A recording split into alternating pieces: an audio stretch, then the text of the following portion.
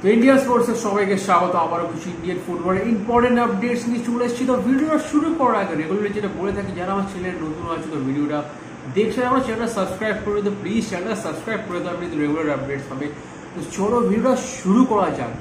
তো প্রথমে যেটা দিয়ে শুরু করবো সেটা কিন্তু 6 জুন, সেটা কিন্তু একটা গুরুত্বপূর্ণ দিন আর ঐতিহাসিক দিন হতে চলেছে, কারণ ওই দিনে কিন্তু আমাদের জাতীয় দলের ক্যাপ্টেন সুনীল ছেত্রী তিনি কিন্তু তার শেষ ম্যাচ খেলতে চলেছেন, তা আবার কিন্তু সল্টলেক স্টেডিয়ামে, যাকে কিন্তু বলা মেক্কা অফ ইন্ডিয়ান ফুটবল।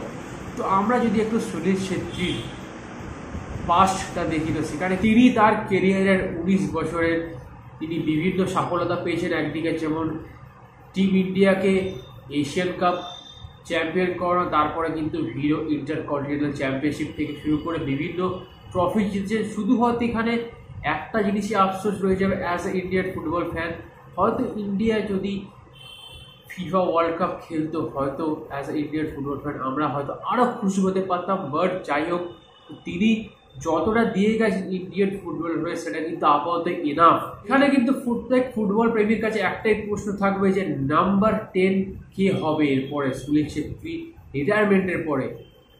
দেখা যায় একটা নাম্বার 10 কে হয়। তো সুনীল ছেত্রীকে কিন্তু সনি রনি তিনিও কিন্তু একটা শুভেচ্ছা জানিয়েছেন। তাছাড়া কিন্তু তার এই 19 বছরের কেরিয়ারে ইস্ট বেঙ্গল, মোহনবাগান, টেম্পোতে খেলার কিছু হয়তো মুহূর্ত ফুটবল প্রেমীদের সারা জীবন মনে থাকবে। আর এমনিতেও কিন্তু এই ওয়ার্ল্ড কাপ কোয়ালিফায়ার ম্যাচের টিকিটের প্রাইস কিন্তু অলরেডি ফিক্সড হয়ে গেছে, 150 টাকা করে কিন্তু টিকিটের প্রাইস, আর ভিআইপি টিকিট কিন্তু 1000 টাকা। তো আপাতত কিন্তু অনলাইনে কবে টিকিট ছাড়া হবে সেটা কিন্তু বলা হয়নি। তো সেটা বলা হলে কিন্তু আমি অবশ্যই তোমাদের সাথে শেয়ার করবো। এআইএফ কিন্তু 2024-25 সিজনের জন্য কিন্তু একটা লাইসেন্সিং প্রডিউসিং করেছে। এখানে কিন্তু পাঞ্জাব এফসি তারা কিন্তু ডাইরেক্ট লাইসেন্স পেয়েছে, অপরদিকে কিন্তু লাইসেন্স গ্রান্টেড উইথ স্যাংশন। তো এখানে কিন্তু মুম্বাই সিটি থেকে শুরু করে Mohun Bagan, FC Goa, Bangalore FC, Chennai FC, north east, Mohammedan sporting club আর ইস্ট বেঙ্গল তারা কিন্তু পড়ছে। আর যে ক্লাবগুলো আপাতত কিন্তু যাদের লাইসেন্স রিজেক্ট করে দেওয়া হয় সেখানে কিন্তু হায়দ্রাবাদ এফসি থেকে শুরু করে জামশেদপুর, কেরালা ব্লাস্টার্স আর ওডিশা এফসি। এখানে কিন্তু আর একবার কিন্তু তাদেরকে অ্যাপ্লাই করতে দেওয়ার সুযোগ দেওয়া হবে। তো তারপরে যারা অ্যাপ্লাই না করে দেওয়ার পরে কিন্তু এই সিজনের জন্য তারা কিন্তু লাইসেন্স আর অ্যাপ্লাই করতে পারবে না। অন্যদিকে অস্ট্রেলিয়ান অ্যাটাকিং মিডফিল্ডার কর্নর মেটক্যাফে, এই প্লেয়ারটার নাম কিন্তু সবাই নিশ্চয়ই শুনেছ।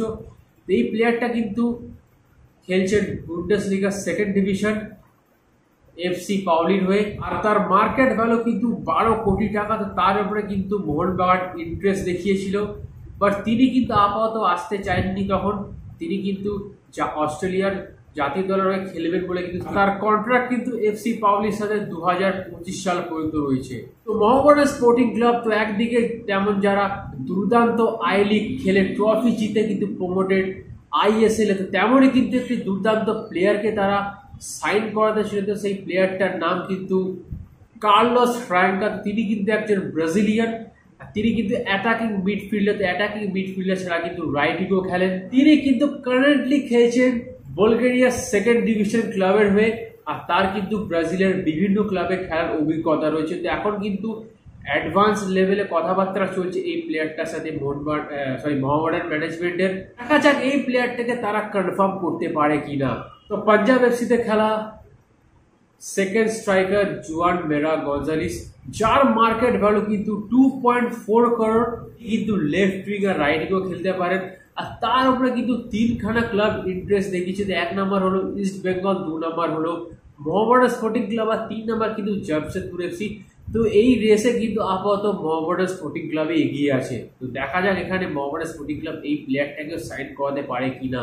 অন্যদিকে জেসন কামিংসের পুরাতন ক্লাবের কোচ মানে সেন্ট্রাল মেরিনার্সের কোচ নিক মন্টোগোর্মি, তো যিনি কিন্তু সেন্ট্রাল মেরিনার্সের কোচ ছিলেন 2021-22 সিজনে, আর সেই সময় কিন্তু সেন্ট্রাল কোস্ট মেরিনার্স তারা কিন্তু এ লিগ চ্যাম্পিয়ন হয়েছিল। তারপর ফ্রি এজেন্ট আছে, তো যা আপডেট বেরিয়ে আসছে তো কেরালা ব্লাস্টার্স নাকি তার সাথে কথাবার্তা চালাচ্ছে। তো তিনি যদি কেরালা ব্লাস্টার্সের কোচ হতো, তিনি দুর্দান্ত একটা কোচ কেরালা ব্লাস্টার্স আপকামিং সিজনে পেতে চলেছে।